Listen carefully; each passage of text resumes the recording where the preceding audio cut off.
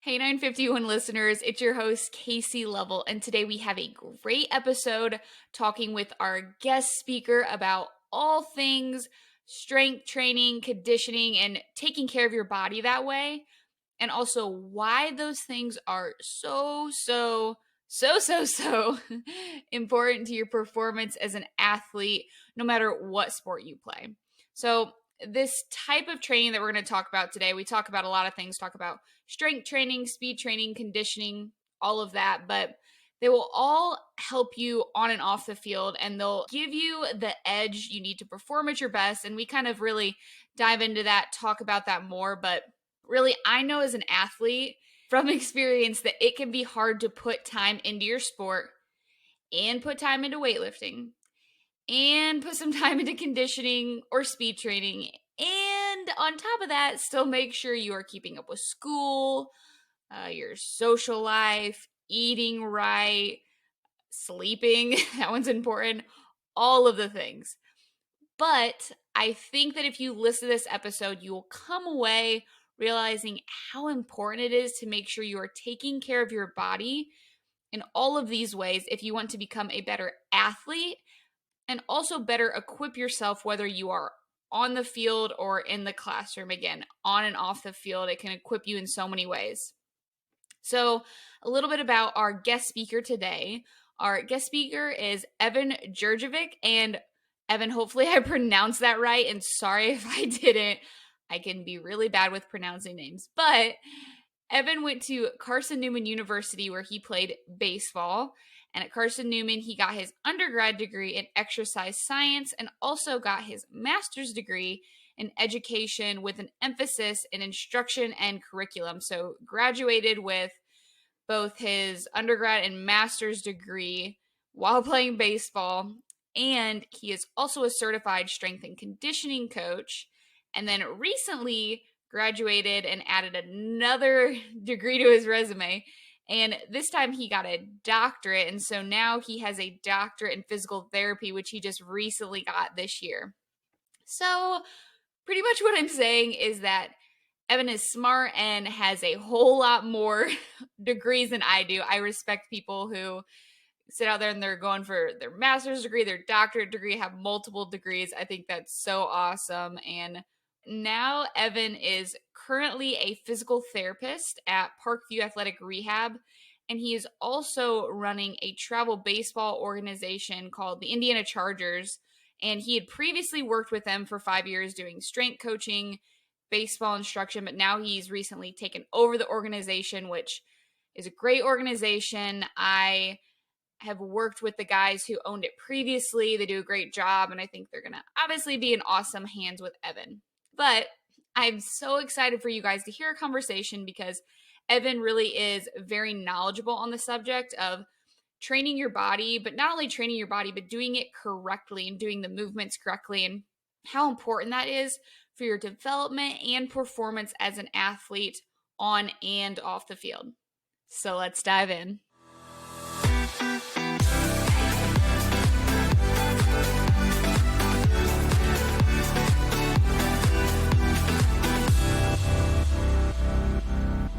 Evan, thank you so much for joining me today and taking the time to come on the podcast. I'm so glad to have you. So, Evan, thank you for coming on the podcast today. Yeah, thanks for having me. Yeah, absolutely. And I'm really excited to get you on here because I haven't had many guests that have been able to speak into more of the topic of like health and wellness, weight training, conditioning, all of those things. And so I was really excited to get into that topic because it is a big part of most athletes' lives. And so excited to dig into that about taking care of your body, different ways you can do that, why it matters. But before we really jump into that portion of it, can you just tell our listeners a little bit about yourself and what you do? Yeah, definitely. So I'm originally from LaPorte, Indiana, and I played basketball and baseball at LaPorte High School. I was an all-region player at LaPorte and ended up getting a scholarship, both athletic and academic, to Carson Newman University, which is a D2 Christian liberal arts school near Knoxville, Tennessee. There I studied exercise science and played baseball. I was a 2-year captain and was all conference at Carson Newman. I got my degree in exercise science, and then actually I got hurt my freshman year, so I redshirted and ended up getting my master's in education with an emphasis in instruction and curriculum. So in 2015, I graduated from Carson Newman with my master's and came back to Michigan City, Indiana to be a wellness coordinator at an outpatient physical therapy clinic, and actually got certified as a strength and conditioning coach as well. So there I was a wellness coordinator and a strength coach, and got involved with the Indiana Chargers, which is a travel baseball organization, and have been a strength coach and a baseball instructor with that organization for 5 years, and actually recently just took over the organization from Joel Mishler. And we've had over 180 college baseball players since 2008. So a lot of high school guys have gone on to play college baseball, over 181, and then 5 guys actually have gone on to play pro. So a really cool organization and opportunity for kids to develop and get better, both on and off the field. Along with that, the last 3 years, I've been in getting my doctorate in physical therapy at Trine University in Fort Wayne. I recently just graduated in May, so I have my doctorate in physical therapy, and now I'm working at Parkview Athletic Rehab as a physical therapist. Wow, you are a busy, busy guy. That's awesome. I actually remember the last time we talked, you saying that you were in school. So that's awesome that you've graduated. And that's really cool that you could take over the Chargers organization. And I know them. And that's really cool that you're able to do that. And so that's good to hear. It's in good hands. So you're doing a lot of really cool stuff, still so involved in the sports world. And especially with what you do now, I think you're going to have some really, really good insight on this topic. So let's just dive in here. And can you talk to me a little bit about how athletes can best take care of their body when it comes to exercise? And by that, what types of things should they be doing? Can they be doing? Yeah. So number one, first off, as far as sports performance goes, resistance training and both aerobic training or anaerobic training is most important. So depending on your sport, resistance training is a must. So doing some weight training, making sure that the body's nice and strong will help performance and also prevent injuries. So that's a huge component. And then also just the cardiovascular part. And it depends on what sport you play. But for baseball, for instance, the ball's maybe in play for 8 minutes a game. So you have to be really explosive and really fast in short bursts. So training the body specifically for your sport is really important. Yeah, and I was actually just writing something, and I had Jeff King on a podcast on season 1, and we were talking about more of like specifically the speed and agility training and how important it is to do that, but also to be sports specific in that.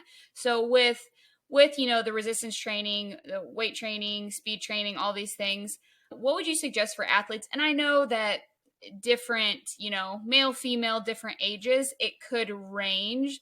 So let's say maybe later high school into college athletes, how often should they be doing these types of training? Now, I know that if you're in a program, they lay that all out for you, but especially on breaks, like how often should they be doing, the resistance weight training with the speed training? So yeah, it depends on what part of the season you're in, if it's in season or out of season. Normally I would say out of season, resistance training 3 to 4 times per week would be ideal. And then as far as speed goes, 2 to 3 times a week. So you can incorporate both speed and agility 2 to 3 times a week, along with the 3 to 4 times a week of resistance training. Okay. Yeah, because I know that some athletes that I have worked with, in high school they have, maybe a weight training program, but they're not doing as much speed training. You might have to go to a specific facility to get that or to work with a trainer. And so some of them are asking, well, how often should I be doing this? How often should I be doing that? And so another quick question here, would you say athletes, when it comes to practicing weight and speed training, would you suggest that athletes go to maybe some type of facility or get some type of trainer to maybe get all of that in, especially if they're not getting that in maybe a high school class? Without question. I think that learning to move properly is the most important thing. So, creating those positive movement patterns is the key and foundation for any type of sports performance or resistance training program. If, a lot of people talk about, oh, well, he's too young to do resistance training. And I don't believe in that. I think that now to utilize heavy weights, I agree with that. I don't think that young kids should be lifting really heavy weight. But what they can do is fine tune those movement patterns and learn to move in the correct patterns. So that means, are they able to squat with good form? Are they able to perform a hip hinge with good form? Are they able to do a push up with good form? Are they able to do core exercises such as a plank or a leg lift without having that lower back arch and to engage the core? Things like that that they can be working on, at 6 years old, that will really boost their performance and also, I think, just their overall ability to perform when they reach that high school level once they've hit puberty and are actually able to increase the weights.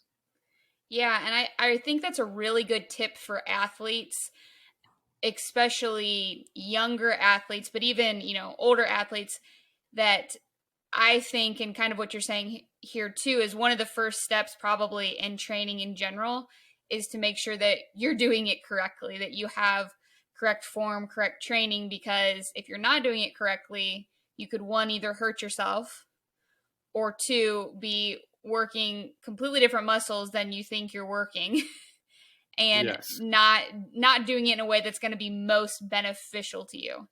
And I'm sure with what you do, you've seen how doing it improperly can hurt athletes or cause them to not do well in their specific sport, and because maybe they're doing the wrong kind of training. Yep, definitely. And so, kind of moving on from that, why do you think it's important, or why does it matter that athletes take care of themselves in this way? Because it's easy for me, as a softball player, to go out and take reps off the tee. It's harder to maybe want to go, for some people, to want to go weight lift or run or do whatever it is. So why is it important that they take the time to take care of themselves in this way? So, from personal experience, along with working with a lot of athletes, fundamentals at an early age are extremely important.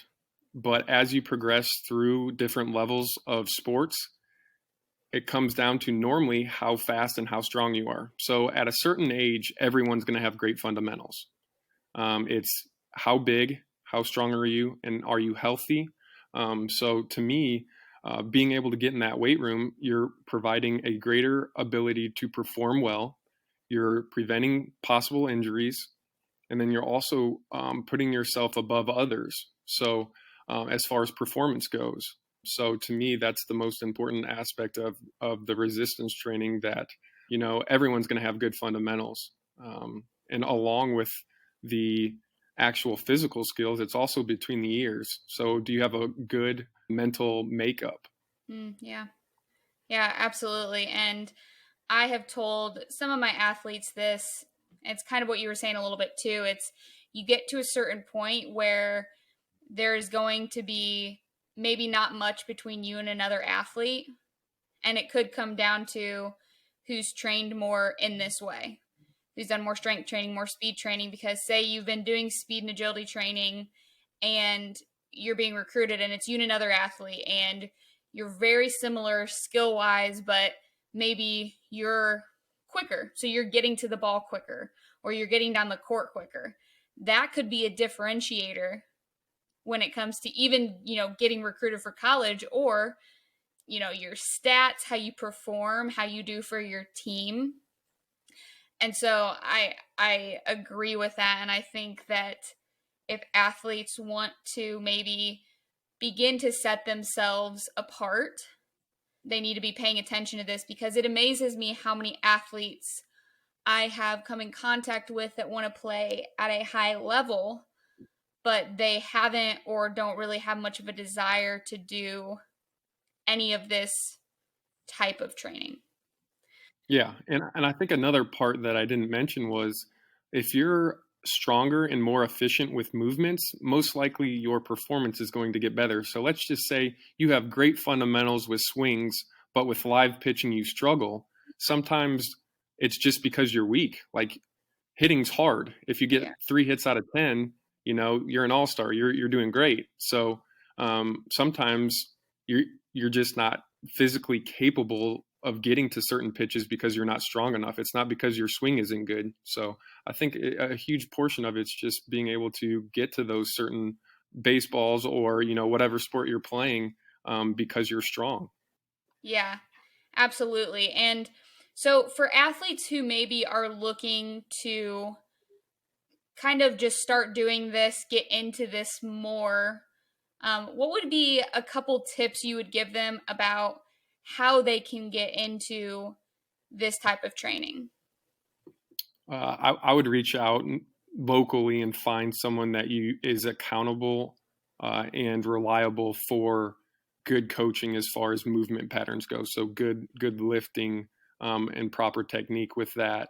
Otherwise, YouTube is a great thing. Eric Cressey is a guy that I follow, and he's one of the best sports guys in the entire country.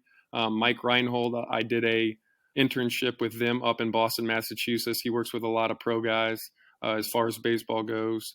Dan Pope is a fitness expert. He's with CrossFit. Some of those big name guys that you can follow on Instagram and Twitter, and they have YouTube channels. Those guys are really great and innovative guys in the sports performance world. Yeah, absolutely. And I think, for me, that was a big game changer. I went to a speed training facility from eighth grade through college. I did this stuff. And to me, it was a big differentiator in learning the fundamentals because not every high school, I think, teaches, when it comes to like weightlifting classes, teaches the movements and the fundamentals very well. And so I think being able to get in with some training group or a trainer, and I will second that YouTube or like videos on the internet, such great resources, and doing your research and making sure that someone is reputable. And I will put the names that you mentioned in the like bio about section of this so people can look up the guys that you mentioned, because if you're recommending them, I'm assuming I recognize two of the names, that I'm assuming that they're really great at what they do. So finding people that are great at what they do in their industry and kind of learning from them and starting there and kind of expanding. Yeah, definitely the biggest thing though is to find someone that's reliable. There are definitely a lot of people on the internet that aren't providing the best information. So, Yes. yeah, three guys are Dan Pope, Mike Reinold, and Eric Cressey are three pretty well known sports performance guys that I've followed and really enjoy their information and diving deeper into the things that they do as well. Yes, and like I said, again, I will second that. Find someone who's reliable, because there's a lot of stuff out there. That's what can also be a little bit hard about the information age we live in. There's some stuff out there that's not so good. So again, do your research. You can tell usually fairly quickly by looking at someone's material, their website reviews, if they're credible and if they've been successful in their industry. So, kind of looking at this training your body, taking care of it from a little bit different angle. So, especially with this podcast, talking about sports, but how sports prepares us for life, how it plays into life and our faith and all of that. So, what intangible skills, in your experience personally or working with other athletes, what intangible skills does taking care of your body produce in athletes? I think the biggest thing with young athletes is understanding that it's not only about the things that you can do on the field or in the weight room. It's also preparing the mind mentally. So, through religion, for me, that was a huge thing, making sure that I stay in tune with the Bible, along with drinking enough water. So hydration, the nutritional piece is huge. And I wish I would have known at a younger age how important nutrition is in making sure that if you tear that body down in the weight room and on the field, that you have to replenish it. And I think a lot of athletes just don't maybe have the information available, or maybe don't realize how important it is. But that weight room, along with the performance training and the nutrition part, is huge. And lastly, sleeping. Gotta get at least 7 to 12 hours of sleep. Research says is ideal. The younger you are, if you're a 10-year-old, try to sleep 12 hours, get some sleep in. That's the most time when growth hormone, which is a hormone responsible for, human growth, is highest, is at sleep. So definitely make sure that you sleep and get enough sleep. Yeah, and I will second all those things. And I'm laughing to myself when you're talking about like nutrition and eating right, and maybe athletes don't just know or whatever. So I I was laughing to myself because I also think part of it's a combination of when you are younger, a lot of times you can eat what you want, and you're probably not going to feel the effects as much as maybe when you get older. And I was laughing to myself because I was that way, middle school, even in high school. So I got into healthier habits in high school, but I remember just, I can eat whatever I want. I don't care. I don't have to look at that stuff. By the time you get in college and eating certain things, I can tell the next day with my body. I'm out on a 4-hour practice on a hot day and I'm like, you know what? I shouldn't have eaten that yesterday, or probably should have been drinking more water today. So athletes, especially if you're young, you probably hear people say this, but it will catch up with you. And if you don't feel it affecting you as much now, believe me, your future self will thank you if you do all this stuff that can help you in the future. And then you talked about sleeping. I'm a big advocate of getting getting good sleep, and so it really is important. And the older you get, and being able to manage your time well around that. And then you also hit on preparing your mind mentally. And that is a huge thing when it comes to, preparing your mind mentally for games, for school, whatever it is, or even in your faith life. Preparing your mind. For me, it was when I'm doing all these things, I have to have a mindset. For me personally, it was one, I have to have a mindset of I'm working hard and I'm doing this to glorify God and to be the best that I can be in my sport, and also to take the skills and the abilities that God has given me and use those as best as I can. And so I think athletes, as you do these things and you work into these things, you are going to produce some of those intangibles, but you also need to make sure that you're paying attention to also producing those intangibles, and setting your mind in a good place and making sure that you are really taking care of your body. And so as we kind of finish everything up, I like to ask this question at the end.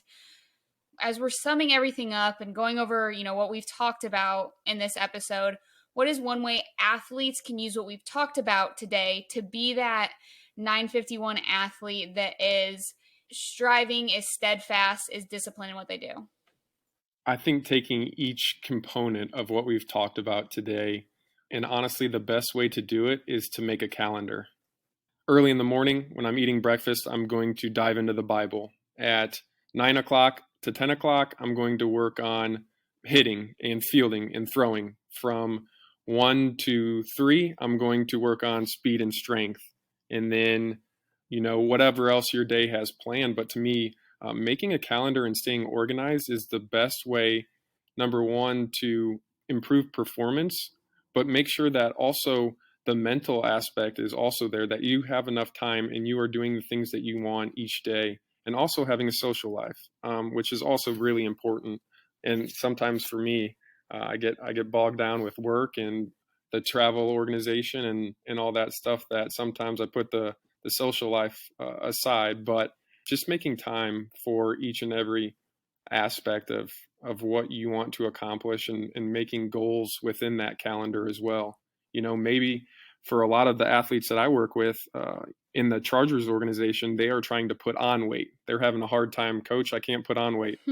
All right, well, what are you eating, and are you tracking it? How many calories are you eating? And then we can make adjustments from there. So All of that said, I think making a calendar or a schedule is the most beneficial way to make sure that you reach your goals and that you are hitting every single piece of life that you need to hit. Yes, and I will second that again about a million times, because now I'm naturally more of a planner, more organized, but I've talked to people who aren't, and even people who aren't more naturally that way, when they've done it, they've said, there is a huge benefit, huge importance. And I like to tell people, and it's kind of what you're saying, it's pretty much plan out your day and say, these are my priorities. So this is what I know that I need or want to get done today or this week. And then once you have that set out, you can work around that and say, okay, here's where I can have time to, do something in my social life, or here's where I can do this. I think a lot of times we go into a day or into a week saying, kind of having a jumbled schedule in our head of, well, I kind of want to do this and this, but we don't set times that keep us maybe accountable, or set out a schedule that keeps us more accountable of, okay, this is exactly what I want to get done. So set that daily schedule, have a calendar that you can look at, things that can keep you accountable. And then if you need someone else to help keep you accountable within that. So Evan, thank you for coming on. Thank you for all of the great tips and the wisdom you gave. And it's just, I'm excited to share this podcast. I'm excited to share it with athletes so they can maybe realize the importance of doing this, and also just grab on to some of those tips and maybe begin to start if they haven't, or maybe look into it. So Evan, thank you again for coming on the podcast today. I really enjoyed having you. Yeah, thanks for having me. It was a blast. Hey everyone, and thank you so much for listening to the 951 podcast. But before you go, please subscribe to our channel and follow us on social media. And then tell all your friends, teammates, or really whoever you want to listen to the 951 podcast so that they can be ignited in their sports and faith journey.